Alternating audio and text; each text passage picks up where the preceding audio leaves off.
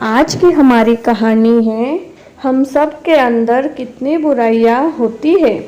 गौतम बुद्ध एक स्थान पर बैठकर साधना में लीन थे और कुछ देर के बाद उन्होंने अपनी आंखें खोली तो उन्होंने अपने प्रिय शिष्य को अपने सामने देखा। सभी शिष्य गौतम बुद्ध से कुछ जानने के लिए आतुर थे। तभी एक शिष्य ने आगे बढ़कर कहा, हम जानना चाहते हैं कि उपदेशों का वास्तविक मूल्य क्या होता है।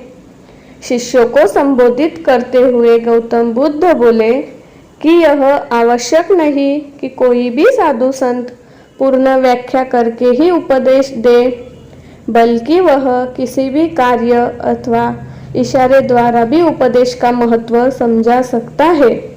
और इसी विषय में मैं तुम्हें एक कहानी सुनाता हूँ, ध्यान से सुनो। एक नगर में एक सेठ रहता था। उसके पास अपार धन संपदा थी और उसका व्यापार दूर दूर तक फैला हुआ था। एक दिन एक साधु उसके दरवाजे पर भिक्षा मांगने आया। तभी सेठ ने उसे भिक्षा दी और वह साधु जाने लगा तो सेठ ने उसे रोककर कहा, महाराज मुझे कुछ उपदेश तो देते जाए। साधु ने सेठ की तरफ देखा और बोला, हफ्ते भर बाद जब वापस आऊँगा तब उपदेश दूंगा। अपने वादे के अनुसार साधु फिर आया और सेठ उसकी ही राह देख रहा था। सेठ ने उसे देने के लिए तरह तरह के पकवान तैयार कर रखे थे। साधु ने उसके आगे अपना कमंडल कर दिया, लेकिन सेठ जैसे ही कुछ पकवान डालने लगा तभी उसका हाथ वही के वही रुक गया। सेठ बोला, महाराज इसमें तो कूड़ा है। तो साधु ने प्रश्न भरी निगाह से उसकी तरफ देखा। तभी सेठ ने कहा, इसे साफ कर दीजिए। साधु ने उसे साफ कर दिया। सेठ ने उसमें खाने की चीजें डाल दी। जब भिक्षा लेकर साधु जाने लगा तब सेठ ने कहा, महाराज आप तो जा रहे हैं और क्या आप भूल गए कि आज आपने मुझे उपदेश देने का वचन दिया था।